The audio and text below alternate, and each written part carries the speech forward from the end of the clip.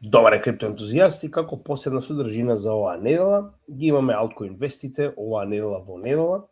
Уште еднаш да му се благодариме на Анџело, секогаш за помошта која што ја дава во оваа веко категорија и во овие вести. Тоа е нормално еден од нашите админи. Со тоа што, како што кажем, ова е последна содржина за оваа недела, доколку не сте ги погледнали, другите веќе се достапни на нашиот канал. Вчера имавме одличен лайвстрим, верувам да ќе ви се допадне, истиот може веќе да го најдете на сите наши канали. За следната недела веќе имаме распоред кој што е познат, веќе го имаме објавено на сите социјални мрежи. Вторник, Binance, нормално ова е апдейт, веќе имаме направено видео за овој коин. Во среда ќе имаме средба со CryptoHub Malta, каде што ќе ние представат оваа нова солуција која што е направена од еден од директорите, а тоа е Seed Signer за Bitcoin wallet-и. Доста интересен, би рекол, изум. Со тоа што претходно ќе имаме состанок во 6 часот за да се договориме потенцијално за нашата соработка со нив за третата македонска криптоконференција во текот на ова лето. Така да лайвстрим ќе може да проследите околу овој Seed Signer директно од CryptoHub Malta. Четврток повторно лайвстрим, лов на дно, каде што детално ќе нормално погледнеме што се случува на крипто и традиционалните пазари, овој пат четврток, за да бидеме во тек со моменталните случувања, значи да направиме анализа за време на активни пазари, посебно со оглед на фактот дека оваа недела очекуваме екстремни влошувања на пазарите, тоа може да го погледнете во вчерашниот лайвстрим. Сабота потенцијални Black Swan настани од војната во Иран, каде што ќе разговараме за сценарија на долг и краток рок, што потенцијално очекуваме да бидат оние Black Swan настани кои што може да произлезат од овој настан. И во недела Midnight, односно Night токенот кој што е на Cardano блокчейнот. Погледнете го последното видео за Cardano, кој што веќе е достапно на нашиот канал, со цел да видите зошто е толку битен Midnight Privacy токенот на Cardano, кој што ќе обработиме наредната недела во недела. Исто, знаете дека помина екстремно успешно нашиот гимиџички офлайн митап, до сега најголем во Битола, градот на конзулите, супер поминавме, секоја честна битолчани одлично не примија, би рекол многу гостољубиви како и секогаш. Сите 5 презентации може да ги најдете на нашиот канал, вклучувајќи и нашата, каде што целосно го анализираме bull маркетот и bear маркетот од 2022 до 2026 година, кој што исто така следната сабота ќе биде повторно обработен уште еднаш, детално на нашиот канал социјални, да може да не прашате, да може да учествувате во самата презентација. Као што кажавме, ова е за среда лайвстримот. Да, на cryptohubmalta.org може да ги најдете сите наши презентации, каде што може јасно да видите, значи до сега, иако не се сите до една, најголемиот дел од нив веќе може да ги најдете кај нив на страната cryptohubmalta.org. Под speakers може да го најдете нашиот профил и сите досегашни презентации на англиски во CryptoHub. Исто така, уште еден агрегатор кој што ги има сите наши, би рекол, видеа, тоа е emisија.mh, каде што сите досегашни содржини, најнови, може да ги најдете и од нашиот канал. Во бизнис и економија, како што може да видите, вчерашниот лайвстрим е веќе достапен, пред некој ден Cardano видеото е веќе достапно. И дополнително да се подсетиме дека веќе ги пуштиме нашите блог и веб страна, кои што се достапни за нашата Patreon заедница, кои што нормално веќе може да ги користат, а официјално на 15 април на нашиот роден ден ќе ги пуштиме веб страната, блогот за информации и вести, кој што е екстремно позитивен, верувајте ме, ќе се изненадите колку позитивни работи има на него. И нормално нашата телевизија, која што ќе се лансира, официјално ќе почне со емитување на 15 април овој месец на нашиот роден ден и се тоа ќе биде достапно за сите наши членови. Со тоа и денеска почнуваме со официјалното видео, односно почнуваме со Altcoin вести од институционалниот тип, со тоа што на секој почеток нормално преминуваме преку некои основни, би рекол, индикатори, што се случува моментално во криптопазарот, како што можеме да забележиме екстремно ниска вредност на целиот маркет кап на криптопазарите од околу 2,3-2,4 трилиони, што значи дека имаме доста намалена вредност, нормално очекувано за време на bear маркет. Ефективно, нашиот Altcoin сезона индекс е и понатаму на екстремно ниска вредност, тоа што дури би рекол е на солидна вредност, негде на средината, значи дека алткоините солидно се држат наспроти биткоин во овој дел каде што моментално се наоѓаме од овој bear маркет и како и секогаш нормално можеме да согледаме дека алткоин сезона во овој циклус едноставно немаше од 2022 година па до денес. Така да се надеваме во следниот, можеби уште на самиот почеток ќе видиме алткоин сезона.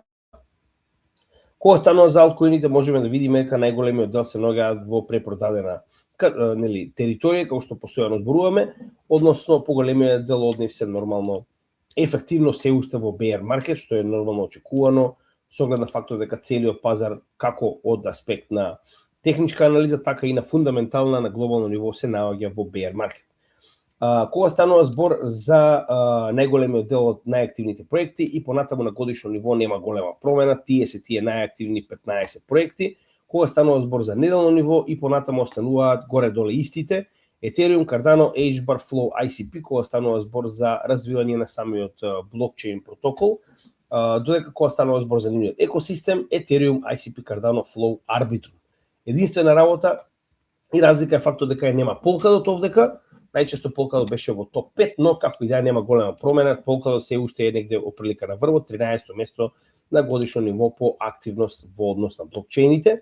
Кога станува збор за најбрзи блокчейни, ICP повторно на прво место со 1300 трансакции во секунда, второ Solana, натаму стандардна екипа Binance, Tron, Stellar, Polygon, Base, Aptos, Near Protocol. Сега нормално овде ги ставивме новите три категории кои што ни се исклучиво битни, а тоа е првата е revenue, кој од овие протоколи има најголем revenue, односно најголем приход во однос на целиот крипто екосистем, со тоа што нормално е очекувано е дека DeFi секторот води, први се нормално Tether Circle, прво трето место кога станува збор за fees, на второ место е Tron, но повторно иако е Layer 1, овие fees доаѓаат од стейблкоините на самиот блокчейн. Hyperliquid нормално е derivative exchange, односно тоа е менувачица на која што може да користите опции и фьючерси за криптовалути. Stablecoin issuers exchanges, значи DeFi секторот очигледно е на прв план, со тоа што потоа следува Polymarket, кој што е нормално кладилница, и ако продолжиме понатаму lending and borrowing, AAV и сега како се движиме можеме да видиме и Layer Cats-ови, Oracles и така натаму, но генерално DeFi секторот и понатаму останува најпрофитабилниот дел од блокчейн светот, што е нормално очекувано. Кога станува збор за активни адреси, односно активност на овие блокчейни, овдека веќе имаме обратна ситуација, каде што Layer Cats-овите нормално дека се на прво место, Binance 17 милиони, Near Protocol големо изненадување, скоро 12 милиони, Solana 10, Tron 6,8, ова е OP, односно Optimism Layer 2-ката која што е направена на OP стакот со 6 милиони.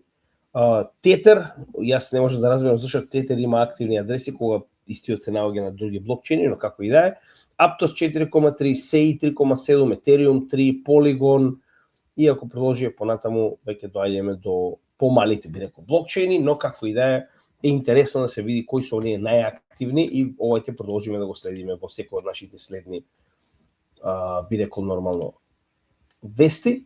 И топ 10 криптовалути според Forbes на 18 март последен пат апдейт и понатаму остануваат Cardano, BNB, Bitcoin, Polkadot, Ethereum, Litecoin, Solana, Tron, XRP и Lido Stake IT. Значи, иако прават апдейт постојано, јас до сега не сум видел промена и понатаму очигледно топ 10 се според нив тие коини. Не забравяйте, Forbes не е толку добро упатен во крипто, но како и да е, убаво е да се види што мислат традиционалните финансии. Само што влеговме во fear, бевме во extreme fear, а верувам дека од утре повторно ќе се вратиме таму, со оглед на фактот дека, значи, Трамп веќе не знае што твита, ние добивме твит пред само еден час кој што целосно со пцуење, значи се обидуваат да ги, не знам, се обидували да ги исплаши иранците, не знам, така да очекувате дека extreme fear дефинитивно ќе се врати на пазарот во текот на трешниот ден, значи ова е на некој начин она bear, би рекол, движење на пазарот кое што очекуваме да продолжи барем додека траат овие макро геополитички случувања во Блискиот Исток. BlackRock само што аплицираше за втор, верували или не, Bitcoin Spot ETF со тикер BITA, каде што овој ќе има и одредени опции, тоест, нели, options така наречени, нели, она се деривативни типови на тргување, каде што веќе е поднесено S1 файлинг до самиот SEC, кој се очекува наскоро да биде одобрен, станува збор за BlackRock, сигурно ќе биде одобрен, и пак ќе ви напоменам, значи, која би била поентата BlackRock да аплицира за втор спот ETF на Bitcoin, ако мисли дека нема поента или ако не планира понатаму да продолжи да инвестира. Затоа велам, институциите, посебно овие огромни assets under management корпорации ќе бидат многу добар индикатор кога ќе почне следниот bull market, кога ќе видиме повторна акумулација. За сега се уште се во фаза на оладување. Уште еден многу битен момент, Morgan Stanley, верували ли не, има големо поместување во листата на најголеми банки. Според моменталната маркет кап или маркет капитализација состојба, погледнете колку голема промена имаме во листата на банки. Ако се сеќавате, JP Morgan беше на прво место, сега е на 9-то место, каде што гледаме дека првите топ 4 банки се банки на Кина. Огромен пресврт, би рекол, во глобалните финансии, со тоа што нели овдека сега веќе моментално зборуваме конкретно за Morgan Stanley, кој што се наоѓа моментално на 22-та, само да видам каде беше, Morgan Stanley на 29-та позиција, повторно топ 30 банки во светот, моментално аплицира за Bitcoin Spot ETF и се очекува оваа апликација после веќе еднаш, така речено, побарана исправка на нивниот S1 формулар, да биде според Seyfarth, значи знаете дека Балхунас и Seyfarth се стручњаците кои што ги следиме кога станува збор за било каков тип на ETF-и. Во оваа ситуација досега не погрешиле, не верувам дека ќе погрешат и сега. Се очекува дека 8 април ќе влезе во овој пазар и Morgan Stanley, што значи дека ќе се додаде на оваа листа уште еден огромен играч, повторно, значи топ 30 банка во светот. Затоа што можеме да забележиме дека има периоди на некоја акумулација, па периоди на некој одлив, би рекол, на капитал од Bitcoin Spot ETF-ите. Она што дефинитивно може да го забележиме е дека во целиот овој период од октомври имаме горе-доле, би рекол, генерално надолен тренд, но не гледам нека огромна корекција, не гледам причина за страф, како што веќе кажавме, можеме да видиме дека ова е само на некој начин луѓето кои што купиле на самиот почеток од 2024 година продаваат со оглед дека влегува во овој ETF кога цената на биткоин беше околу $40,000, а очекувано влегуваат други луѓе кои што очекуваат дека во следниот цикл цената на биткоин ќе порасне, па затоа и верувам дека ова што гледаме овдека е само примопредавање на капитал од една, би рекол, во друга институција кога станува збор за инвестирање во биткоин, така да ништо надвор од вообичаеното кога станува збор за ETF-ите. Овде ќе погледнем што се случува со Ethereum, ја не верувам дека ќе има некој голем прилив во Ethereum, додека тоа не го видиме и во самиот биткоин.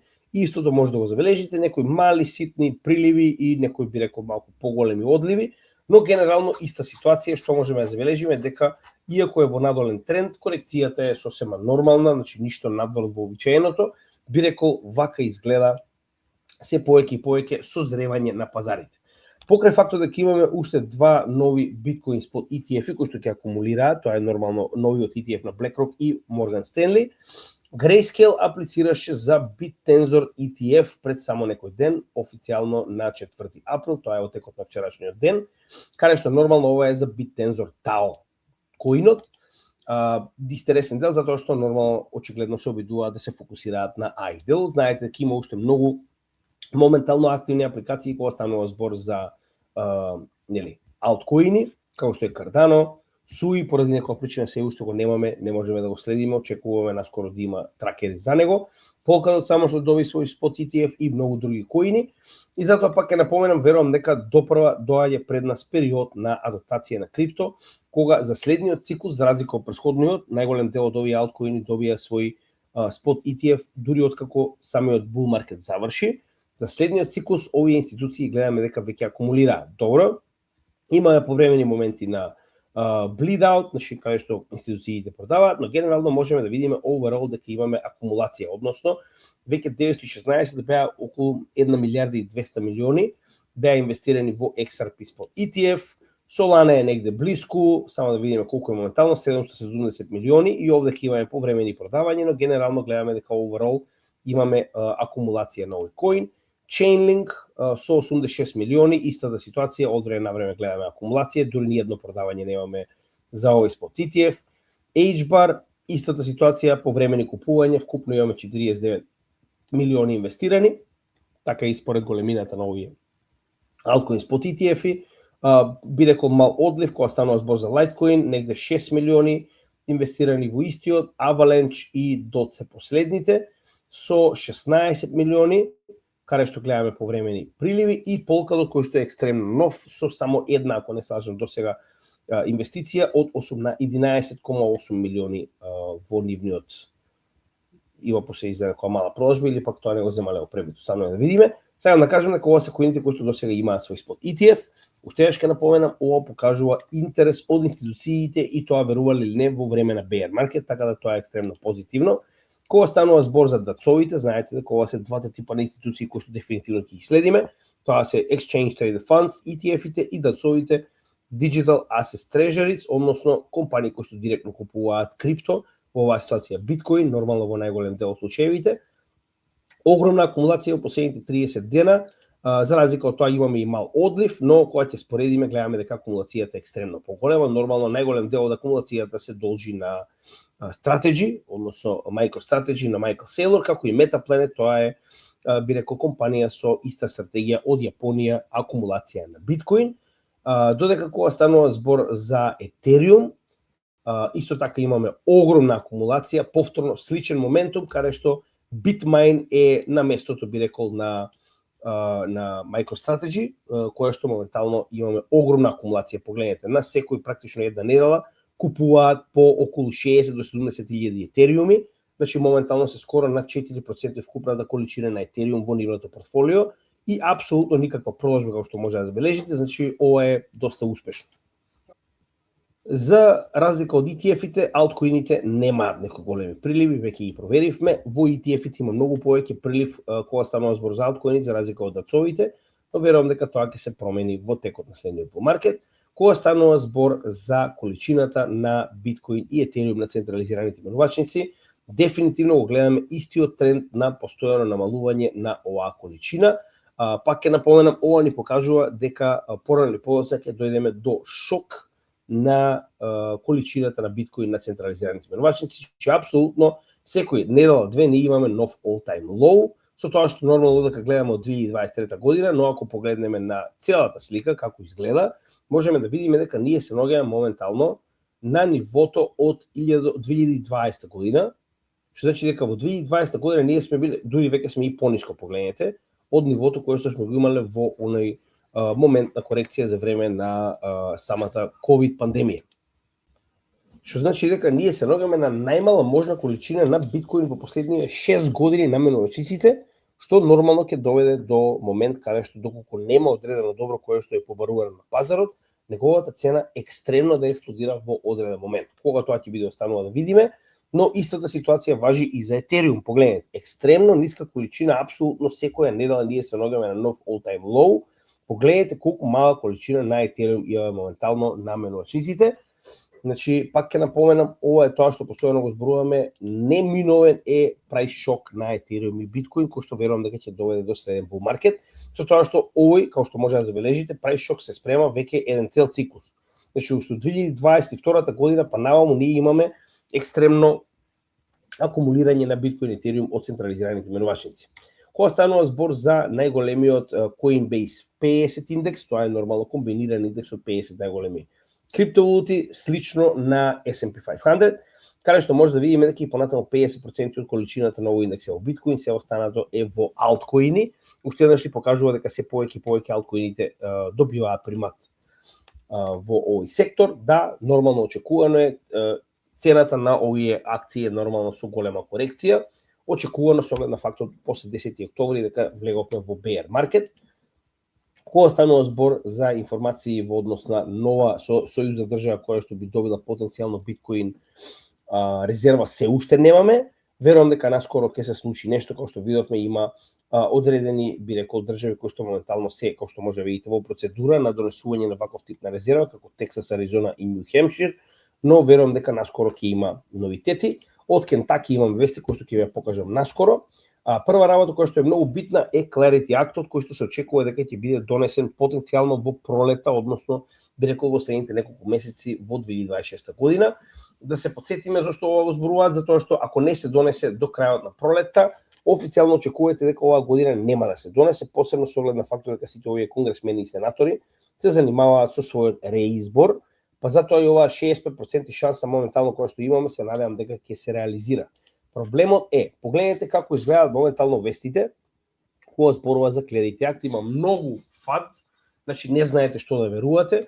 Прво, погледнете, вест. Вика Clarity Act-от, Coinbase вика највисоките правни представници, адвокати, велат дека наскоро ќе се добие така речено оној stablecoin yield, договор кој што се очекува веќе со месеци наназад и дека тоа практично ќе доведе ова правна рамка да се реализира, односно овој Clarity Act да биде донесен. Во исто време вели моментално вика има не се знае точно ли во која насока ќе оди, со оглед на фактот дека моментално на Сенатот каде што треба да помине, се уште не се знае вика дали ќе има доволно мнозинство за тоа да биде направено. Потоа имате следно, вика одредени би рекол учесници во пазарот очекуваат дека Clarity Act нема да помине. Потоа истиот наслов се очекува дека потенцијално вика смрт ќе настапи така речено на овој правен акт ако не биде донесен, затоа што понатаму може да нема доволно интерес за истиот. Вика затоа мора да се искористи овој момент кој што моментално постои.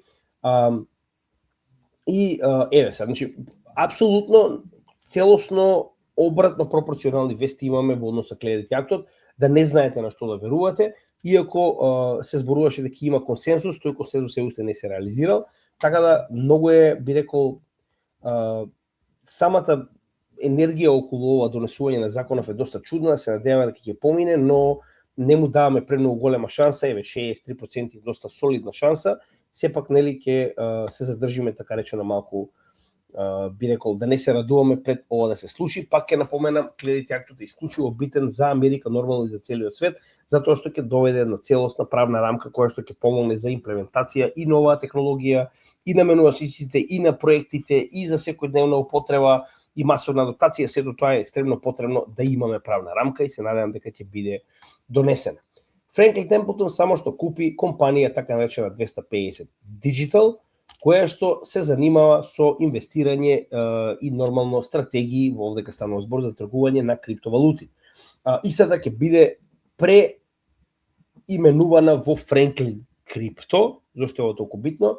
Франклин Темплтон важи за петата поголемина Assets Under Management корпорација во светот, некаде околу $5 трилиони, каде што моментално ние видовме доста голем пивот со токенизирање на ствари, со нивниот стейблкоин, нормално со токенизирање на обврзници, а ова уште повеќе покажува дека се движат кон таа насока. Пак ќе напоменам, ова се најголемите корпорации во светот.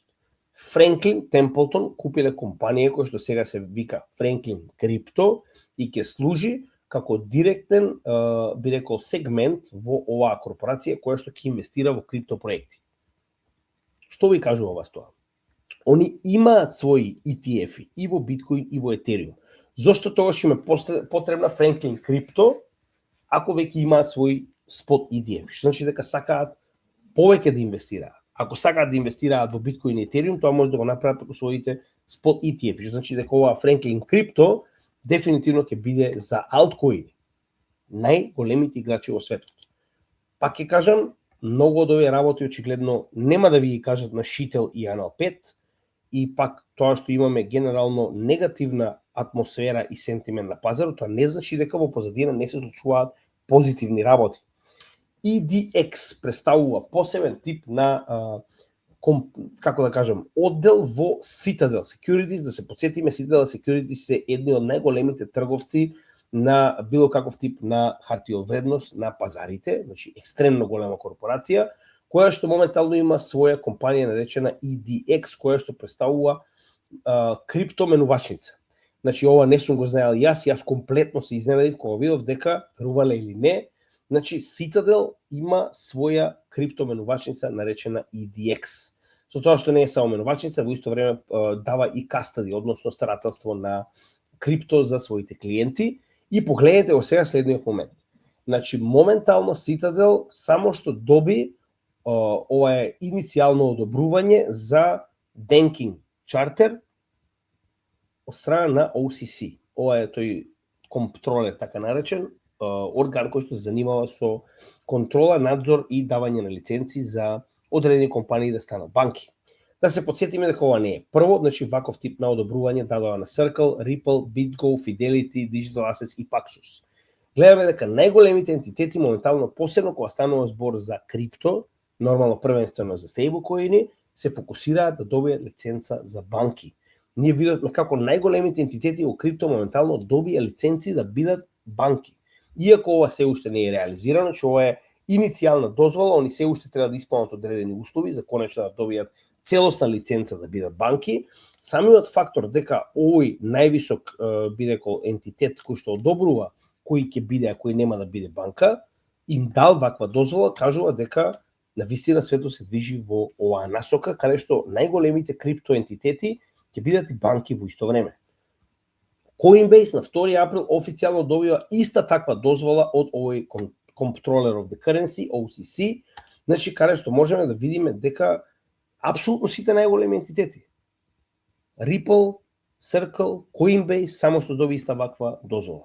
И нормално се очекуваше, еве во моментот, значи банките моментално пружаат отпори на овој дел, каде што јасно се гледа дека сите овие, би рекол, крипто ентитети со причина го прават ова. Значи Coinbase кога гледа дека не може да ги победи во овој момент, нормално што прави? Ја добива истата лиценца и нема да има потреба од некакви банкарски услуги, он ќе биде сам сопствена банка.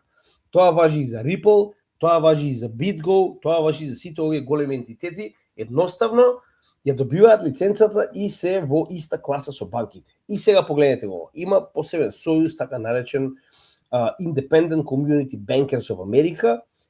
Тоа е така речено сојуз кој што се занимава со заштита на правата на банкстерите, верувале или не, каде што вели дека моментално истиот така речено алудира, односно се обидува со своите, би рекол, знаеме сите доста големи учества на пазарот, нели, действија, знаете дека ова сепак се едни од најголемите финансиски ентитети, да така речено на некој начин му даде до знаење на овој OCC контролер да не им дава финална одлука, така речено, со која што ќе им одобри да станат банки. Значи, се обидува преку своето влијание да го запрат или забават овој процес за овие големи ентитети да станат банки. Така да, во овој момент ние имаме ситуација во која што се води отворена војна, каде што банките гледаат дека моментално крипто ентитетите апсолутно ќе им го завземат местото. Значи, замислете што им направија. Претходно не дозволуваа банките услуги на крипто ентитетите, сега крипто ентитетите стануваат банки. Која ќе биде потреба, да кажете ми, од банки, ако крипто ентитетите кои што ја спроведуваат целата оваа технологија станат и банки во исто време? Посебно кога станува збор за новите генерации, значи после изумирање на овие диносауруси, бумерс како сакате, значи следните генерации поради која причина би користеле банки, да кажете ми. Така да ова е превземање на играта. Значи ние моментално ефективно гледаме како едната мафија од претходните генерации е заменета од мафијата од новите генерации, односно новите играчи влегуваат во така речено рингот. Ево го она што го зборувавме за Кентаки, моментално, значи ова е, не знам како да ги кажам, стварно е смешно, но еве, ајде ќе го спомнеме. Верувале или не, Кентаки со закон официјално дозволи self-custody. Ајде вака сега, многу интересен момент. Тоа што Кентаки нема да дозволи потенцијално self-custody, тоа е старателство на вашите криптовалути. Значи, вас никој не може да ви забрани или да ви каже не смеете да поседувате криптовалути, не смеете да држите криптовалути во self-custody. Како ќе ви го забранат тоа? Тоа е еден многу интересен момент кој што моментално ово што гледаме е апсолутна фарса, односно, значи, вас држава не може да ви забрани да имате крипто, вас држава не може да ви ограничи да имате крипто, не може да ви банира да имате крипто. Ова што гледаме е јас ви дозволувам, иако вас ви е дозволено, а еве официјално јас сега ви дозволувам вас. Значи, да се разбереме, кога станува збор за блокчейн и крипто, настрана од стейблкоините, сите оние децентрализирани проекти како Ethereum, Bitcoin, Cardano, Polkadot и така натаму, вие може да ги имате без разлика дали тоа се допаѓа на државата или не. Вие може да ги тргувате без разлика дали тоа се допаѓа на државата или не. Без централизирани менувачници, DeFi или директно peer-to-peer, значи ова што гледам овде е смешно, ова е за оние кои што се разбираате, како да ви кажам, виц. Значи, вие мене ми дозволувате да правам нешто што јас го правам без разлика дали вие ќе ми дозволите или не, дури да ми го забраните, вие немате начин како ниту да имате увид во тоа што го правам, ниту пак да ме казните, како ќе ме казните. Вие немате појма ја што правам, каде правам, како правам, кога станува збор за крипто. Така да сакам да ви кажам дека во било која држава, во било кој систем, ако државата испадне и ви каже еве сега ќе ви дозволам да го правите ова, тоа е смешно, затоа што без разлика дали ќе ви дозволат или не, вие се надвор од правната рамка, надвор од, би рекол, правниот систем на секоја држава, кога станува збор за крипто, дури и тоа да ви го дозволат.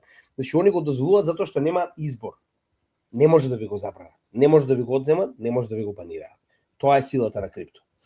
Mastercard моментално купи компанија наречена BVNK. Зошто е ова толку битно? BVNK е компанија која што не е мала воопште. Само секунда. Сакав да го покажам ова на АИ, каде што ни дава официјални информации за самата компанија. Станува збор за многу голема компанија. Идејата е дека оваа компанија моментално воспоставува така наречена софтверска солуција за сите институции кои што сакаат да имаат плаќања во крипто. Во превод, ова е така наречен API, тип на софтвер кој што вие го додавате, дали е тоа ваша веб страна, дали е тоа било каков тип на дел од вашиот бизнис, може да погледнеме, станува збор за огромна корпорација која што е голема 1,8 милиарди долари во маркет кап, која што моментално токму тоа го работи. Full stack development на софтвер кој што преку вашиот API може да го надградите на вашата институција, продавница, што и да е, и луѓето може да ви плаќаат во крипто. Зошто е ова толку битно? Очигледно Mastercard се повеќе се обидува да имплементира ваков тип на технологија во неговите солуции. Да се потсетиме, Mastercard и Visa се најголемите процесори на плаќање во светот и нормално ова не е случајно, посебно со оглед на фактот дека најголем дел од плаќањата преку BVNK се одвиваат во стейблкоини. Значи дека Mastercard и понатаму се движи кон истиот тренд. Се повеќе и повеќе користење на блокчейн. Зошто би го правеле тоа, кажете ми, најголемите процесори на плаќање, ако не е целиот свет во таа насока? Bank of Canada, значи ова е зборуваме Централната банка на Канада, верувале или не, во своите извештаи направила, ова е многу интересен дел, анализа на DeFi секторот и како пример го земале AAV version 3, односно третата верзија на овој протокол за lending and borrowing, каде што со најдобри зборови објавиле дека екстремно позитивен е фактот како функционира моментално DeFi сектор, посебно преку овој проект, дека истиот е комплетно одржан, дека, замислете, ова е директно од Централна банка, пофални зборови, дека DeFi протокол функционира како што треба и дека неговите, така речено, и механизми и начинот на кој што ја обавува оваа функција се целосно легитимни и ги потврдува. Замислете, Централна банка го кажува ова, за ААВ ние од секогаш имавме позитивно мислење. Знаете дека единствена причина беше затоа што ни замина овој токен додека успееме да ги купиме другите. Lending and borrowing платформата ААВ исклучува позитивно.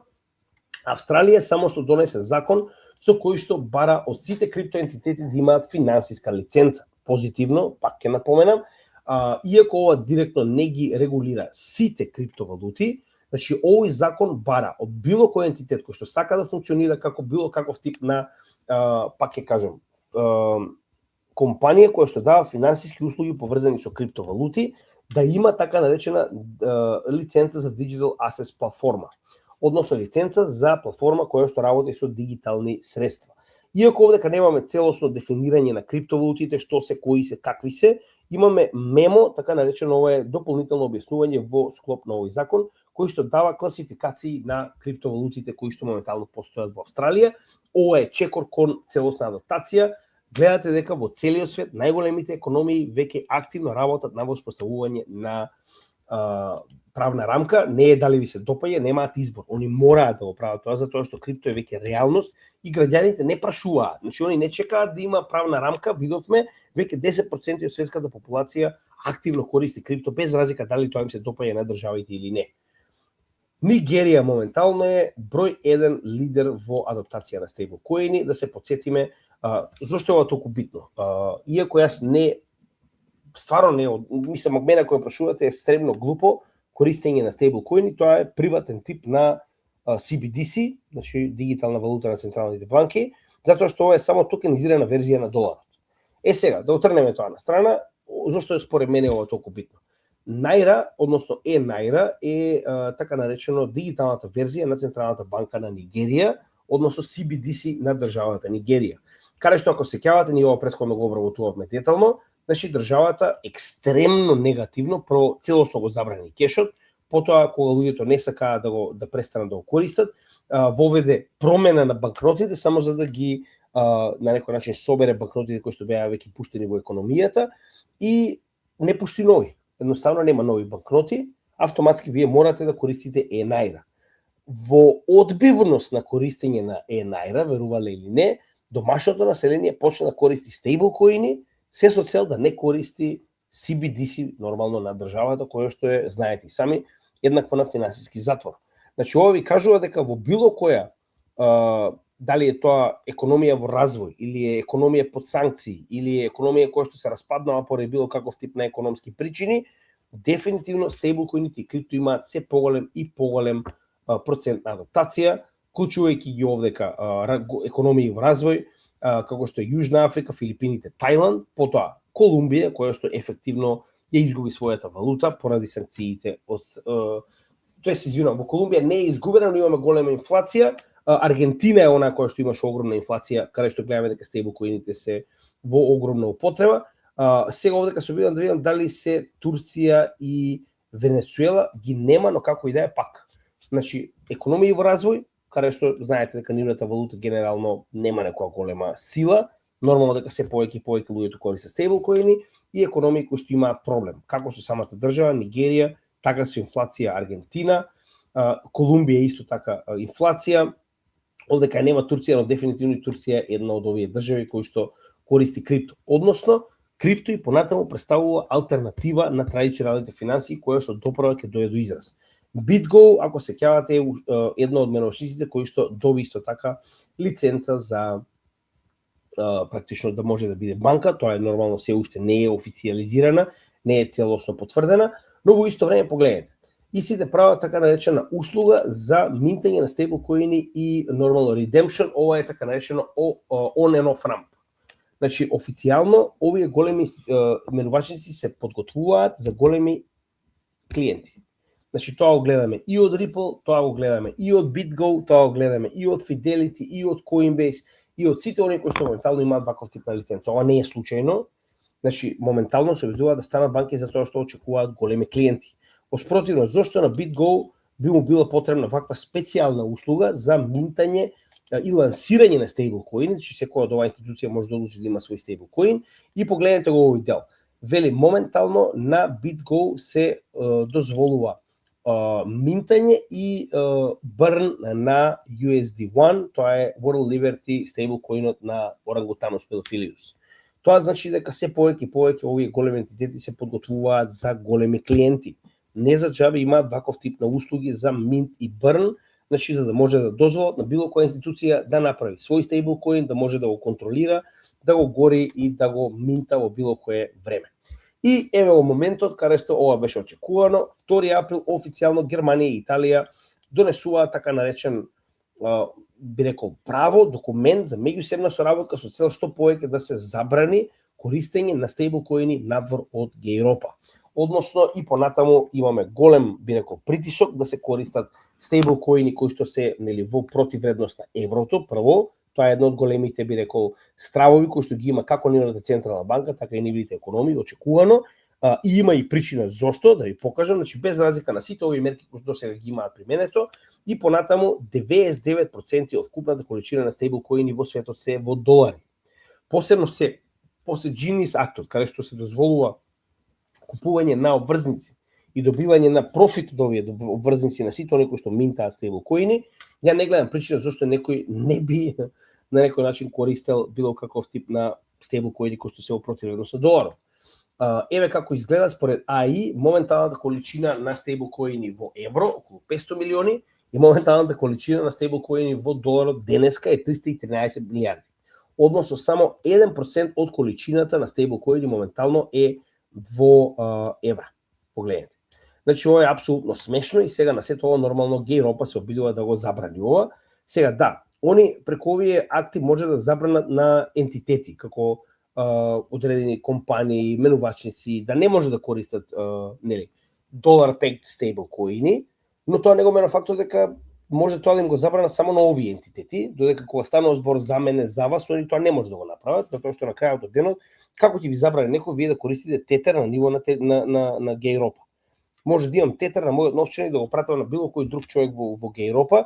Сакам да ви кажам дека еве уште еден пример како без разлика на тоа они колку се занесуваат на kill switch, не знам какви документи, апсолутно ништо не може вас да ви забрани да користите стейблкоини на територија на Гејропа, освен ако при тоа не користите некоја централизирана менувачица на која што овие стейблкоини се забранети, како што видовме во примерот со Тетер.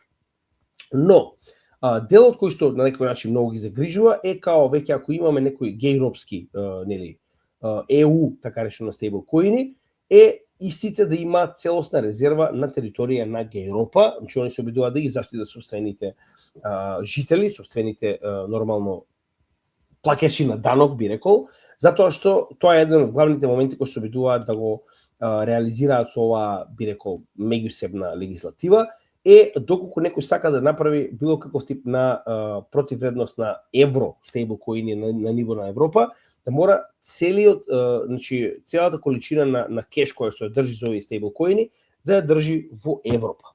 Со цел доколку се случи бенкран да може европјаните да си повлечат своите средства, затоа што видовме дека моментално најголем дел на issuers на овие стейблкоини што ги гледаме се од Америка.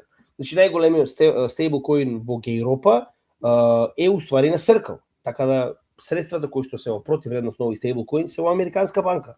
И затоа ги разбирам, че они се обидуваат да ги заштитат своите граѓани, но пак ќе напоменам, мене генерално таа идеја дека они со легислатива се обидуваат да ги заштитат е малку смешна, затоа што нивните легислативи немаат апсолутно никакво дејство врз коините, врз крипто, ако користиме како што треба peer-to-peer и преку DeFi секторот.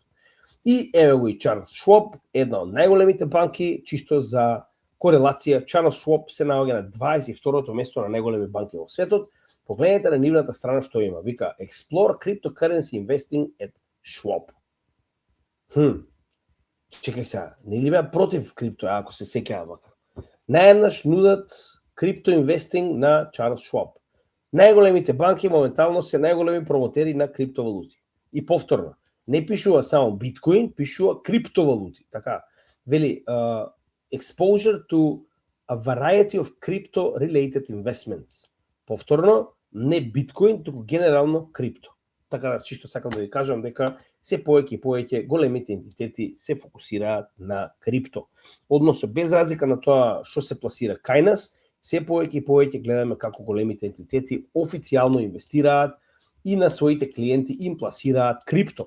Тоа е почеток на масовна адоптација кога гледаме како најголемите играчи се екстремно заинтересирани за оваа технологија. Ова не е случајно и затоа постојано ние го покажуваме преку овие вести, каде што ова се нови вести, ништо од ова не е старо.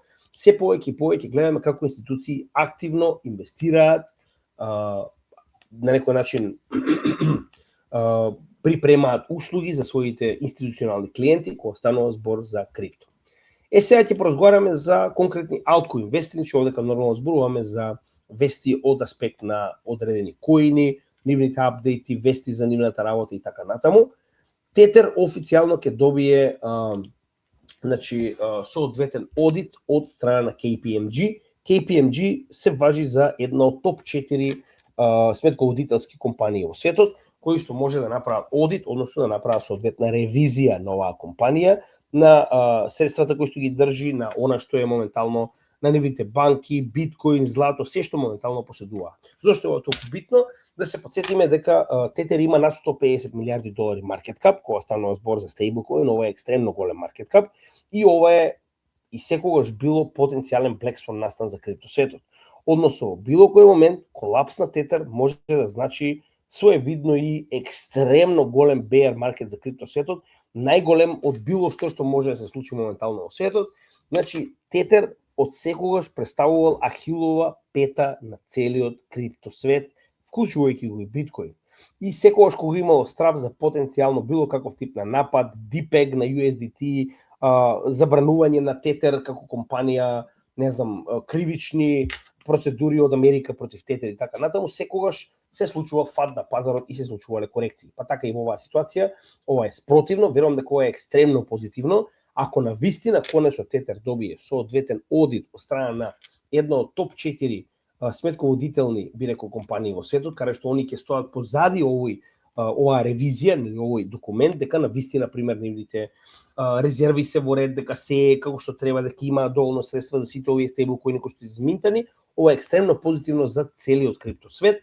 Дополнително, ова е, вели, во подготовка на Тетер да се врати на американскиот пазар, да се потсетиме, на американскиот пазар Circle и USDC се, би рекол, американско дете, Тетер се наоѓа во Сингапур и нормално се обидуваат да го буткаат што може повеќе USDC. Видовме како на американските менувачници се форсира да се користи USDC, па затоа и Тетер моментално се обидува да се врати. После Genius Actos спремаат посебен тип на стейблкоин кој што веќе е регистриран со Genius Actos, што значи дека, верувале или не, успеале да имаат свој стейблкоин на територија на Америка, кој што ќе биде регулиран според американските права, и дополнително вели Anchorage Digital, кој што е нормално институција од Америка, моментално во колаборација со Тетер, ќе биде она која што ќе ги држи резервите за овој стейблкоин на ниво на Америка, на територија на Америка, за истиот да може да биде нормално ефектуално користен на територија на Америка. Што е крајно позитивно, се надам дека ќе успее.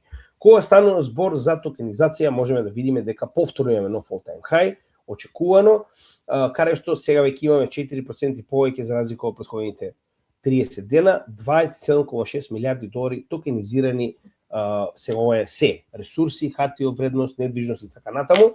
Нема да одиме категорија по категорија, само сакам да ви покажам дека се повеќе расте количината на токенизирани ствари надвор од кеш. Тоа е, како што може да видите засебно, 300 милиарди долари кеш е токенизиран моментално, тоа е нормално приватна верзија, би рекол повторно на CBDC, односно токенизиран кеш.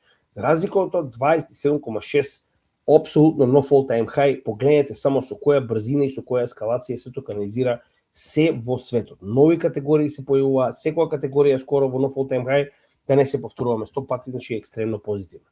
Сега, погледнете ова е можеби една од најпозитивните вести кои што ги имаме за вас денес.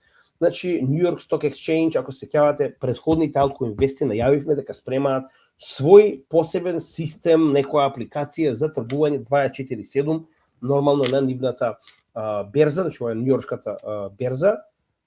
Не знаевме што е, во овој артикл немаше апсолутно нигде. Вуала, еве го моментот. Само една недела подоцна добиваме официјално партнерство помеѓу Securitize и New York Stock Exchange. Securitize ќе биде уствари платформата која што ќе се користи за токенизирање на хартии од вредност и нивно тргување и држење нормално во кастади, во старателство 24/7. Сега, зошто е ова толку битно? Значи, нормално на прв поглед вас не ви значи ништо Securitize, но ако сте дел од нашиот канал и го следите, дефинитивно знаете дека Securitize е компанија која што е директно поседувана од BlackRock. BlackRock стои позади истата и сега дека е најдобриот дел. Целта на Securitize е токенизирање на капитал.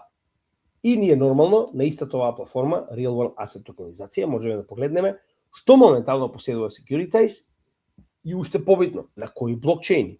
Ние до сега не знаевме како ќе изгледа токенизацијата на Нјујоршката берза, но сега можеме јасно да видиме. Ако Securitize е компанијата која што моментално ќе врши токенизација на капитал, односно на акции и обврзници и хартии од вредност кои што ќе се тргуваат на Нјујоршката берза, погледнете каде истите ќе бидат. Тоа е она што постојано го зборуваме. Значи, тоа ќе бидат акции токенизирани на Ethereum, Solana, Binance, ZK Sync, Arbitrum, Avalanche, Mental, Algorand, Aptos, Polygon. Стотици милиони, милиарди долари, значи тоа допрва ќе дојде на овие блокчейни. Како? Преку Securitize. Securitize нема магичен софтвер на кој што ќе токенизира. Не постои солуција за токенизирање на дигитален капитал, освен ако тоа не е на блокчейн. И тоа на јавен блокчейн, очигледно, се тоа ќе биде токенизирано на јавен блокчейн. Сега, дали разбирате тоа што ние постојано го зборувавме дека Layer кецовите и Layer двојките се инфраструктурата на финансиите во иднина. Нема тука дали сакаат или не. Нема друга опција. И се тоа ќе биде токенизирано на овие блокчейни и ќе плаќа фи на овие блокчейни. Дополнително, Chainlink е официјалниот оракл кој што моментално се користи на Securitize за било каков тип на надворешни информации кои што доаѓаат до овие блокчейни, значи дека и самиот Chainlink има огромна улога и огромен удел во потенцијалното токенизирање на уште повеќе капитал на Securitize кога ќе почнува да се реализира. New York Stock Exchange е една од најголемите берзи во светот. Да се потсетиме уште една многу битна работа. Односно, Wormhole е официјално протокол за интероперабилност. Било какво движење на капитал помеѓу сите овие блокчейни, а зборуваме за стотици милиони долари, па и милиарди долари капитал, се одвива преку Wormhole, каде што се плаќа фи во W, односно Wormhole. Сите овие проекти кои што многу луѓето ги зборуваат као бе не битни некој таму проект, че само биткоин нас алткоин не интересира. Има ли тука нешто токенизирано на биткоин? Нема. Може ли да се токенизира на биткоин? Не може. Епа, дали ви е јасно тоа што ние го зборуваме цело време дека алткоините се иднината? Кога станува збор за финансии, не биткоин. Биткоин, да, кога станува збор за зачувување на вашата вредност и капитал, неговата генерална вредност од заштита од инфлација, заштита од губење на вредност и така натаму, да. Но за се останато, очигледно мора да биде направено на алткоини. Пошто нели алткоините немаат улога и бескорисни се, така? Бескорисни се. Ако продолжиме понатаму, кога станува збор нормално за real world asset токенизација, знаете дека тоа е категоријата на која што екстремно внимание обрнуваме на нашиот канал и ќе продолжиме. Hi-Fi компанија која што не е толку голема, значи моментално видовме колку оприлика е големината на оваа компанија, е негде околу 19, како што можеме да видиме, милиарди, малеска компанија очигледно, која што моментално слично на претходната работи токму на истиот момент, се обидува на големи ентитети да така речено им даде пристап до практично криптосветот. Со тоа што истата ситуација, слично според тоа што го читав, на истиот начин се обидува така речено да биде мост за овие големи корпорации кога станува збор за криптосветот. Партнерството кое што Hi-Fi го направи со Canton е уствари да го користи Canton како Layer 1, кој што е privacy oriented, за неговите клиенти да имаат целосна приватност на своите трансакции, што значи дека клиентите кои што ги има Hi-Fi ќе ги интегрира преку Canton Layer Cat-от, кој што нормално е еден од главните блокчейни кога станува збор за токенизација. Пак ќе напоменам, еден од коините во кој што дефинитивно ќе инвестираме уште повеќе, имаме малка количина инвестирано, но наскоро очекувате дека тоа ќе се зголеми, така да тие се тие големи институции кои што моментално се повеќе и повеќе се ориентираат кон токенизација, а нормално со тоа се ориентираат кон овие големи блокчейни, како Canton, како Ondo, како Ethereum, видовме таму уште еден куп, Layer 2 како Polygon и така натаму.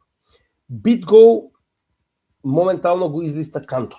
Значи BitGo повторно, трет пат ја кажуваме денеска, значи го излиста Canton како коин за тргување, доста позитивно и за Canton и за BitGo би рекол.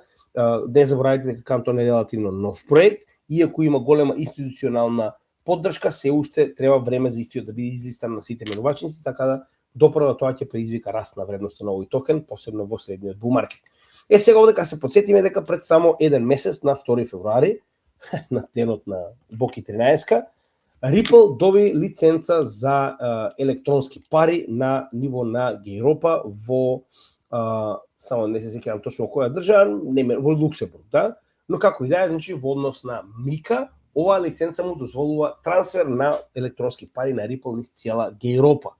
Сега делот кој што не го спомнавме е ова, дека ова е 75-та лиценца низ светот за трансфер на пари на електронски начин на Ripple. Значи, сигурно ништо, 75 лиценци, се подсетиме, има вкупно 200 земји, во кои што последната лиценца важи за 25 земји, тоа сите земји од блокот на Гејропа, економскиот блок. Значи дека 75 и 25 веќе има, како ќе да е, над 100 и нешто лиценци во светот, тоа е половина од државите во светот за трансфер на пари. Сигурно ништо, со тоа што се подсетиме дека официјално од 1 април имаме промена на значи она approval за банките кои што го дадоа од контролер, како што кажавме веќе и за Ripple, значи имаме нова промена со која што се дозволува во кастади на банките да има и дигитални средства. Официјално од 1 април, тоа е пред само 4 дена, на банките им се дозволува, значи ова е највисоката институција која што врши контрола на банките во Америка, да имаат дигитални средства, дигитален капитал, нормално станува за било каков тип на токенизирани ствари или пак криптовалути и стейблкоини на своите сметки. Значи на банките им се дозволува да поседуваат легално да ги имаат овие капитални добра кои што се нормално во криптоверзија Со тоа што вели се уште ова не значи дека ефективно овие ќе бидат веднаш одобрени, значи затоа што они понатаму треба да исполнат одредени услови за да добијат целосна лиценца за банка, но ова е многу позитивно, че ова не е случајно, каде што вие од 1 април дозволувате ентитетите кои што се банки да имаат и дигитални средства, односно да имаат криптовалути. Не би го правеле тоа ако не планирате на сите овие кои што исполнавме претходно ентитети да им одобрите да станат банки. Значи само прашање на време е кога ќе добијат лиценца за банка сите овие криптоентитети. Дополнително Ripple лансираше пред само 3 дена посебен тип на дигитален трежери, многу интересна идеја. Значи овој така наречен Treasury Management System, TMS, е така направен да може од различни традиционални и блокчейн адреси и ентитети во ист момент на исто место да ги контролирате и нормално користите вашите средства. Односно, многу интересен има направено како да видите како изгледа самиот дешборд. Значи ова нормално не е за секојдневни луѓе, генерално ова е за FTO, значи Financial Officers на компании, TFOs, извинам, кои што моментално имаат за цел водење на портфолиото на една корпорација. Многу често се случува оваа корпорација да има дел од средствата во една банка, дел од средствата во друга банка, дел од средствата во дигитална форма, не знам, било каков тип на cold wallet, било каков тип на централизирани менувачици, децентрализирани менувачици, што значи дека на овој начин интересниот дел е дека на компаниите им се дозволува сето ова директно да може да го поврзат на една платформа и со оваа платформа директно да може да прават трансакции. Значи дека вие правите трансакции од вашата банка, од вашиот новчаник, од вашиот DeFi протокол, централизирана менувачница, било каков тип на ентитети кои што прават custody, нормално пример Coinbase и така натаму, значи да може апсолутно се да контролирате од еден панел. Секоја чест на Ripple, дечките очигледно знаат што прават. Alchemy Pay само што доби уште една многу интересна лиценца, верувале или не, меѓу најновите, претходната која што спомнавме, ова така наречена Type 4, нормално ова е лиценца во Хонг Конг, исто така многу битно да се напомене, да се потсетиме дека Хонг Конг е доста рестриктивна, би рекол регулативна атмосфера кога станува збор за ритейл секторот и купување на крипто, но погледнете, со тип 4, така наречена финансиска лиценца во Хонг Конг, добија право на своите клиенти да им даваат финансиски совети во однос на хартија од вредност, а со тип 1 кој што само што ја добија, им дозволија да имплементираат тргување на крипто. Значи, на Alchemy Pay ефективно му е дадена лиценца да стане криптоменувачница на ниво на Хонг Конг. Кога знаеме дека Хонг Конг е порталот за капитал на цела Кина и Хонг Конг, кон крипто, ова е екстремно голема работа. Каде што на ниво на Хонг Конг ефективно со оваа лиценца Alchemy Pay станува менувачница. Екстремно позитивно. Имаме многу интересни вести кога станува збор за ICP, односно кафеин. Ова е третата верзија на овој AI дел, би рекол ова е цел модел на AI на ICP протоколот. Пак ќе кажам, еден од оние кои што дефинитивно екстремно ги цениме. А сега овде ќе има повеќе, би рекол, вести кои што треба да ги спомнеме. Односно, најбитните работи кои што ќе се имплементираат во оваа екстремно позитивна апликација, би рекол, нели, AI модел на ICP. Првата, Remix Culture, односно, ќе се отвори така наречен App Market, значи ќе може апликациите кои што досега луѓето ги развиле на кофеин, да може да ги продаваат. Значи да може да ја продадете на друго лице, да може истата да ја користи или да продавате услуги од истата, затоа што доколку некој ја купи, истиот ќе може да ја направи ремикс, односно да ја прилагоди на своите потреби. Пример, купувате апликација која што веќе е направена и потоа истата која ќе ја купите на App Store за апликации на Coffein AI, да може да ја промените во ваша полза. Значи да ставите она што е потребно за да функционира како што вас ви е потребно, значи навистина позитивно. И многу интересен дел, значи овој така наречен Snorkel дел е посебен тип на Coffein AI апликацијата кој што ви дозволува од Web 2, односно апликација која што сте ја правиле пример со програмирање, да може целосно да ја интегрирате на самиот Coffein модел и потоа да ја менувате како вас ви е потребно. Екстремно позитивно, значи нема да изгубите работата која што досега сте ја правеле преку Web 2, а ќе може потоа да ја надградите, промените директно на Coffein AI. Blob Storage, многу интересен дел. Знаете дека самиот ICP се базира на канистри кои што може да се користат за во оваа ситуација меморија, но наместо да користите канистер за меморија, вие ќе може на вашите апликации да додавате колку ви е потребно меморија. Ако на пример имате одредена апликација која што користите и оваа апликација треба да зачувува одредени податоци, сега ќе може да додадете колку што ви е потребно меморија на истата и на тој начин да ја користите за своите потреби, за потребите на вашите клиенти. Доста интересен момент. Cloud Engines, значи за разлика од досегашниот момент каде што овие канистри се меморија, носи и процесирачка моќ ако тоа ви е потребно, тоа е поентата на ICP. Сега ќе имате класичен начин на користење на Cloud Engines, значи како што тоа е AWS, нели на Amazon или на Google и така натаму, ќе може моќта на ICP преку овој модел на Coffee AI да користите како стандарден Cloud Engine за процесирачка моќ. Многу интересен момент. И ова последново да ме утепате, не успеав да го разберам, значи неколку пати го прочитав, едноставно не сум доволно технички подкован за да можам да ви кажам што точно е. Еве ќе оставам на Гоце во коментар ако евентуално знае да го објасни за сите оние кои што се видели на ICP, дефинитивно кој што ќе остане во нашето портфолио. Hyperliquid само што лансираше мобилна апликација на Google Play. Истата ја имате на Google Play Store, наскоро се спомнува дека ќе биде направена на iOS. Сега за сега на Play Store имате Hyperliquid, знаете ова е DeFi, би рекол платформа каде што може да тргувате со фьючерси и нормално options за крипто. Така да ако некој од вас има пари за губење, повелете Hyperliquid, моментално е со мобилна апликација. SUI само што беше имплементиран како токен на Solana, односно го прочитав артиклов, никаде не пишува точно како е направен мостот, но како и да е, она што е битно од артиклот е дека SUI моментално има направено мост до Solana и ќе може да се прави нели burn и mint на SUI коини од Solana во токени, тоест на од SUI блокчейнот во токени на Solana блокчейнот, каде што истиот ќе може да биде користен како нормално своевидна валута со цел да може да го користите на DeFi протоколите и се тоа што постои на Solana како еден од најактивните блокчейни. Тоа што постојано го зборуваме, значи во иднина немаме еден, ќе имаме multi-chain, сакале ви или не, тоа е реалноста. Значи нема да успее еден, сигурно ќе успеа повеќе блокчейни во различни категории, со тоа што интероперабилноста, односно меѓусебната соработка и размена на капитал, информации од еден на блокчейн е клучна за иднината на блокчейн технологијата. Моментално го гледаме преку ваквите интеграции каде што протоколите наоѓаат начин како да функционираат заедно. Така да ова е позитивно, каде што SUI токенот ќе може да биде користен на целиот Solana екосистем.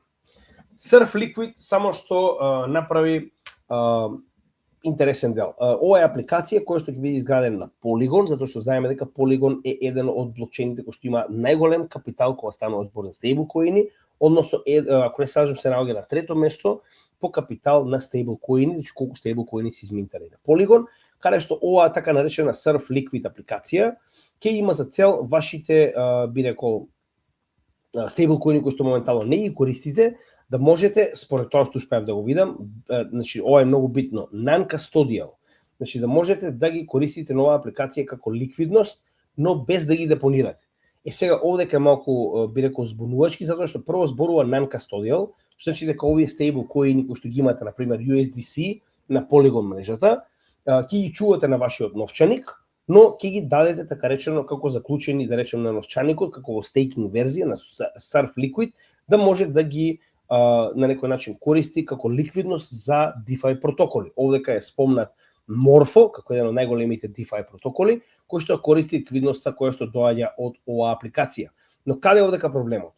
Проблемот е што вели users deposit USDC во нивни волтови, така наречено, корисниците прават депозит на USDC на нивни сефови на овој контракт, односно нели блокчейн договор.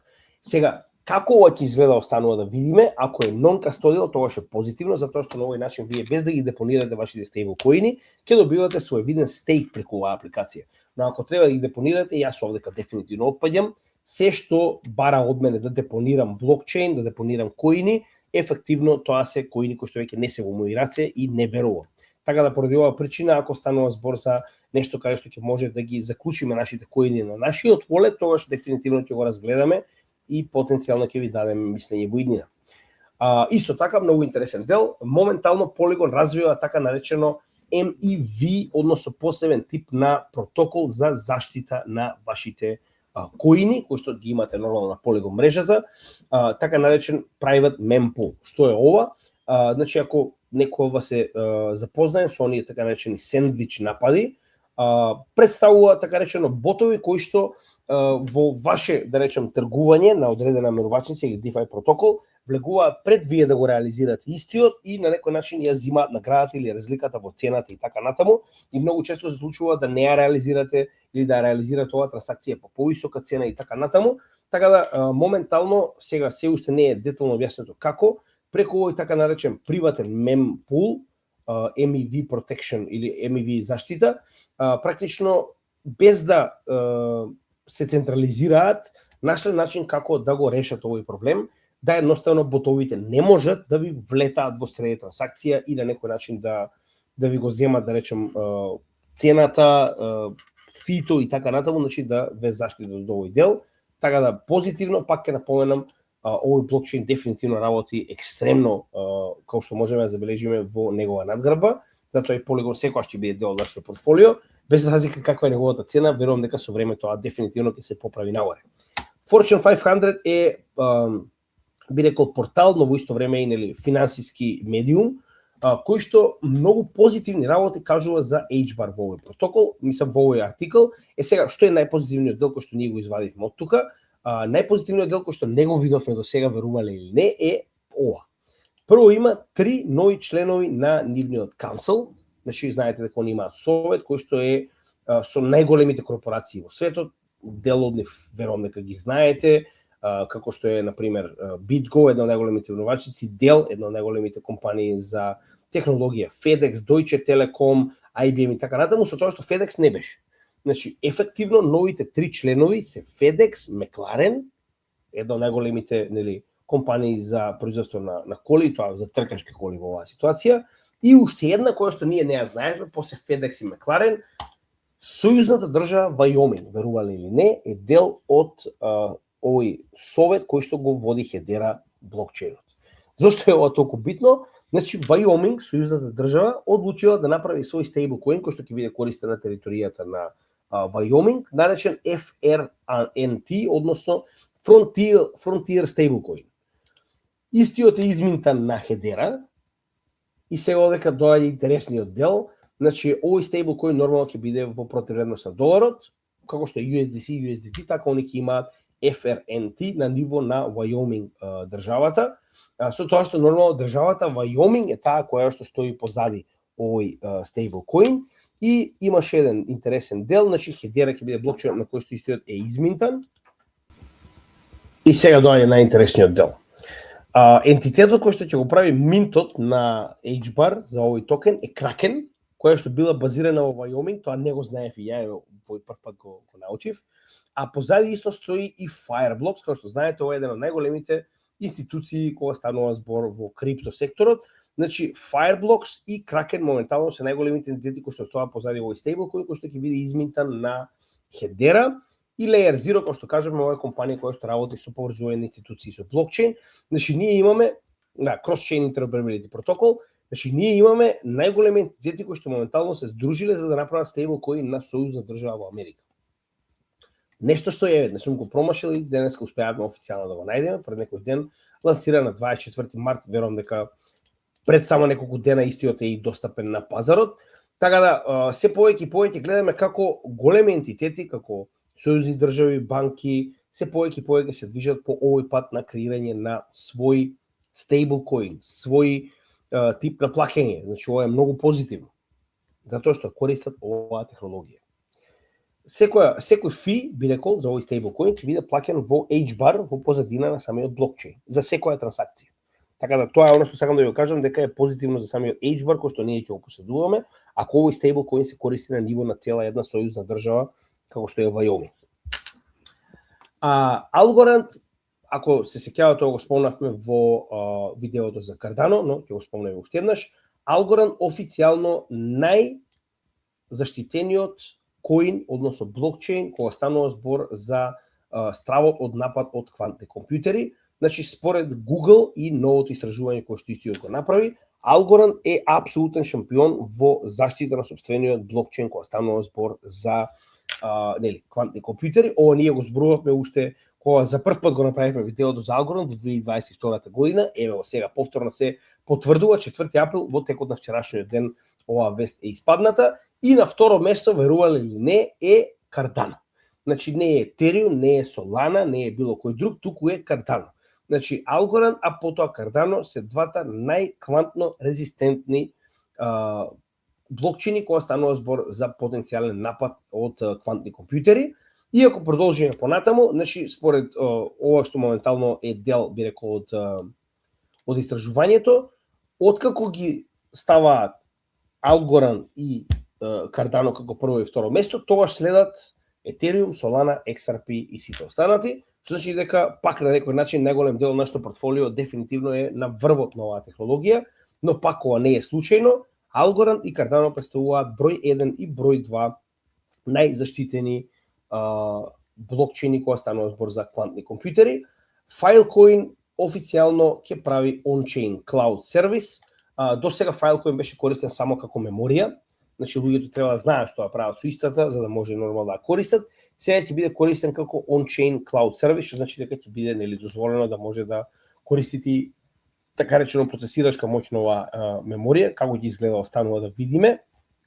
Но и понатаму идејата на Filecoin е што секоја меморија која што практично ја купувате на Filecoin системот, за оние кои што воспоставиле така речено одредена количина меморија за да може да ја складирате, погледнете го видеото за Filecoin, ќе видите како тоа се прави, ја плаќате со Filecoin. Значи, користите самиот коин за да платите за оваа услуга за времено, зачувување на овие податоци, а дополнително, значи, имаме и burn, односно имаме механизам за горење на Filecoin.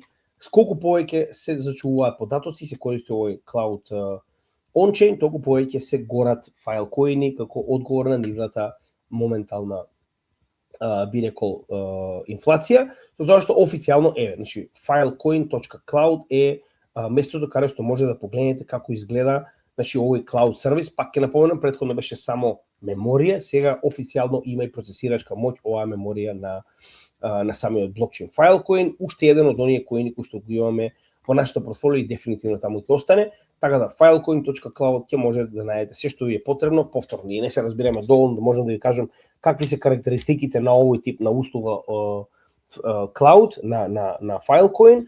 Разликата е во тоа што ово е on-chain, за разлика од претходните кои што се официјално нормално на приватно поседувани сервери, нели, капацитети. Ово е on-chain, значи целиот cloud кој што го добивате е on-chain. Сега дека има некој голема промена во однос на fees и revenue, проверивме, се уште нема.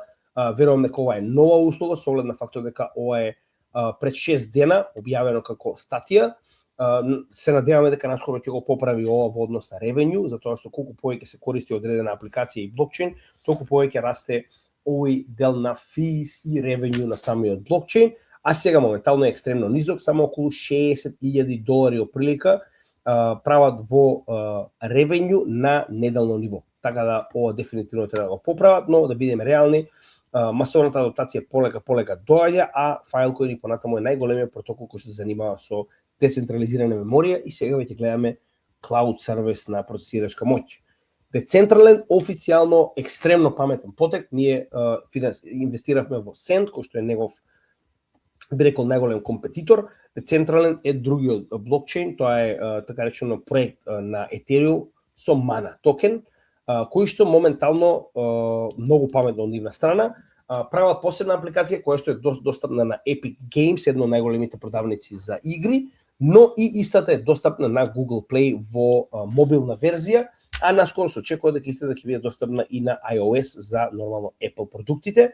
Многу паметно, од 31 март пред само 6 дена, ефективно може да ја најдете Decentraland на Google Play и на Epic Game Store за практично да играте на конзола, како што е, сега не знам што е достапно на Epic Games, но дефинитивно на мобилен телефон. Верувам дека многу ќе промени ако Sandbox и Decentraland Mana се најдат на мобилен телефон. Со оглед на фактот дека Decentraland стигнала овде, верувам дека наскоро ќе го видиме и Sandbox со истиот овој пример. Zend, ова е исто така мала компанија, ова е па стварно мала компанија. Само секунда да ви покажеме како тоа изгледа. Zinfin XDC е еден проект кој што го имаме во нашето портфолио и дефинитивно ќе продолжиме да го држиме, кој што уште од првите би рекол проекти кои што занимава со токенизација, каде што моментално на Zend компанијава која што само секунда. Значи ова е моментално банка која што не е толку голема, како што можеме да видиме. Вредноста на оваа банка Zend е околу 12,8 милиони долари. Со тоа што истата моментално го имплементира XDC како мрежа на која што ќе ги држи под кастади дигиталните, сега зборуваме за real world asset токенизација вредности на своите клиенти, значи ќе користи XDC како мрежа на која што ќе токенизира. Значи тоа е една од главните цели поради која што самиот XDC постои. Сега се уште немаме видено било што од типот на Zend, затоа јас овде го отворив, можеме да видиме дека има околу 14 милиони вкупна количина на токенизирани ствари на XDC, но можеме да забележиме дека Zend не е дел од истите. Ќе видевме ако е нешто под негово име. Она што може да забележиме се големи играчи, како што се гледаме дека овде го имаме BlackRock, гледаме дека го имаме Fidelity, State Street, значи знаете ова се едни од најголемите ентитети кога станува збор за финансии. Пак, значи големи институции го користат XDC за токенизација, што е крајно позитивно. И исто така гледаме дека како и поголемиот дел од оние искусни би рекол проекти и блокчейни, и XDC работи на quantum proofing, односно се повеќе и повеќе сите блокчейни гледаме дека се подготвуваат за заштита од квантни компјутери, посебно кога видовме напредок на оваа технологија откако вештачката интелигенција стана мејнстрим, гледаме дека квантните компјутери се следниот чекор, верувам дека се развиваат токму со користење на вештачка интелигенција. Acceler, позитивни вести, го имплементира Solana. Односно, Acceler во неговите 60 блокчейни кои што се поврзани, знаете дека Acceler е главниот конкурент на Wormhole, иако има доста негативни вести, знаете дека Core тимот се придвижи кон Circle, го оставија проектот, знаете дека друга компанија го превзема Acceler. Ова е многу позитивен момент, гледаме дека очигледно не престанале со работа, тоа што го зборувавме, дека ефективно следниот чекор, а доста големе, го интегрираат Solana. Односно Solana ќе биде дел од овие 60 блокчейни кои што се интегрирани помеѓу себе со овој interoperability протокол наречен Acceler. Така да ова е доста позитивно за Acceler проектот кој што го имаме во мала количина во двете портфолија. Circle наскоро ќе интегрира Bitcoin wrap верзија наречен CIR BTC. Ова ќе биде тикерот на така речено wrap верзијата на Bitcoin.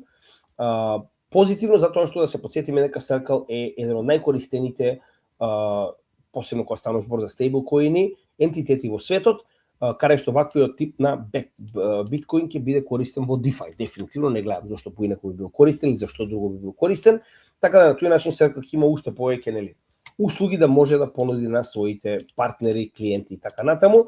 Нас нешто многу не ни менува, ако имате биткоин сигурно нема на Circle да му го дадете, па да го чувате во wrap верзија, но ако работите во DeFi, потенцијално е позитивно за вас. Овде ќе имаме уште една вест, MoonPay, една од оние DeFi протоколи.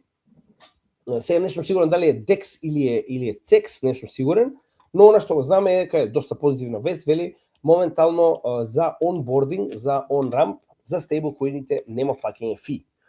Односно, дури кога сакате да купите со кеш стейблкоини на MoonPay, нема да има фи, со тоа они се обидуваат на AI агентите да им дават предност. Моментално MoonPay има посебен тип на, би рекол, привилегии за AI агентите кои што ќе ја користат оваа апликација. Знаете дека се очекува во иднина AI агентите да бидат главните учесници во крипто секторот, посебно кога станува збор за трансакции, така да ова е начинот на кој се обидуваат да привлечат што повеќе од овие, би рекол, ентитети кои што тргуваат, купуваат и продаваат на пазарот, така да ова е интересен момент каде што MoonPay Agents програмата дозволува на AI агентите да купуваат и да прават on-ramp, да депонираат стейблкоини без никаков фи. Интересен момент. Космос моментално тоест Lip новчаникот го напушта Космос и ги затвара своите услуги. Lip новчаникот потекнува уште од Terra Luna, со неговото распаѓање истиот се преориентира на Космос блокчейнот, и официјално според информациите кои што ги добивме, ако некој од вас потенцијално користи ваков тип на новченик, затоа што истиот го има и како новченик и како екстензија, би ве замолил да обрнете внимание, официјално на 28 мај истиот ќе престане да постои, така да ако имате нешто, би ви препорачал да го повлечете од овој тип на екстензија или новченик и нормално да го ставите на некој што се уште функционираат. И за крај имаме некои интересни вести од типот на, верувале или не, Трамп ќе прави повторно стек вечера за сите оние кои што поседуваат Трамп токени, значи немам зборови колку се глупави. 25 април официјално во Мар-а-Лаго ќе има повторно средба на оние кои што имаат највеќе Трамп токени и верувале или не, на истата ќе присуствува и Майк Тајсон и ќе одржи свој говор, мада ја не знам што има Майк Тајсон да зборува за крипто, али зошто да не. Еве, од глупостите во светот на 25 април очекувате го ова од Мар-а-Лаго. Дополнително на CZ мемуарот излегува на 8 април, ако некој сака да го погледне, наречен Freedom of Money или слободата на пари, на парите, така да ова е уште еден момент кој што дефинитивно треба да спомнеме. И за крај XRP Commons, ова е еден XRPL Commons, ова е еден од најголемите ентитети на XRP Ledgerот, на генерално XRP екосистемот, кој што ќе има свој собир во Париз на 7 април, ако некој од вас потенцијално е таму, може да го посети. За крај, како и секогаш ги споредуваме портфолијата на 4 најголеми ентитети, да видиме дали има промени во нивниот токен балансес, значи дали има промена купувале-продавале. A16Z, апсолутно ништо, гледаме дека и понатаму не купуваат, но ниту не продаваат очигледно. Кога станува збор за вториот, тоа е Grayscale, овдека постојано имаме благ пад, барем сега за сега, со оглед на фактот дека постојано имаме bleed out на Ethereum и Bitcoin портфолијата, тоа се спот ETF-ите кои што ги поседуваат, очекувано. Следниот ни е World Liberty Fi, значи тоа е на Orangutanos Pedophilius, нормално компанијата и неговите деца. Постојано гледаме некои мали промени, но ова, пак ќе кажам, се нивните токени. Овдека не гледам ништо посебно што треба да биде страшно за нас, затоа што најголем дел од овие токени се нивните токени World Liberty Fi, се останато е во некоја небитна количина. И последни нормално Pantera Capital, кој што, знаете, ќе ги следиме многу поради нивниот месечен извештај, нема никаква промена во нивното портфолио. И за крај, нормално, како и секогаш, станете дел од нашата Patreon заедница и имајте привилегија да ги користите нашиот блог и веб страна, пред тоа да го има целата заедница на 15 април. Во спротивно за оваа мала финансиска помош, линк до Patreon заедница да може да најдете во секој од нашите видеа во дескрипција. Добивате привилегии да прво учествувате на сите наши чатови, тоа што кажеме блогот, веб страната, постојано вести, постојано нови информации, меѓусебна комуникација со сите наши членови, директни пораки до нас кои што ги одговараме еднодневно, имате лајвстрим кој што го објавуваме, тоест кој што го правиме еднаш месечно и одговараме сите ваши прашања директно, може да се уклучите и во самиот лајвстрим. И нормално сите офлайн видеа, како што е моменталното видео за Altcoin Investi, прво ги дестуваме до нашите Patreon членови, а потоа ги објавуваме за сите наши членови на сите наши апликации и канали.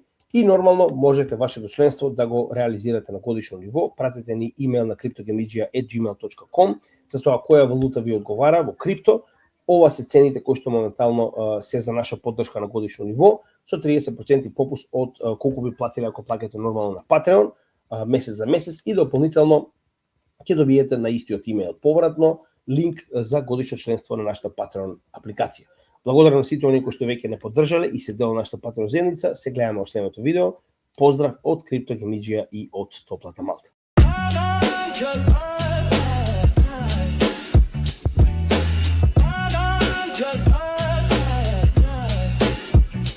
Listen up, classes in session tonight.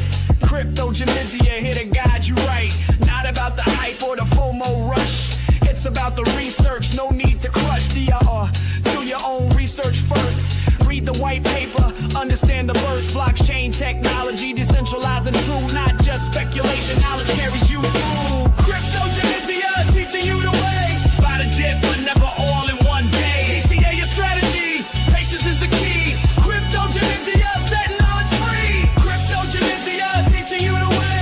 By the dip, but never all in one day. DCA your strategy, patience is the key. Cryptogammedia setting knowledge free. Check the market. market cap, not just the price tag. Utility matters more than social media brag. Cold wallet storage keeps your assets secure. Never share your seed phrase, that's the cure. Bear market lessons teach you how to hold. Bull market temptations make you sell too bold. Position sizing, risk management and tight. Crypto Jamizia keeps you trading right.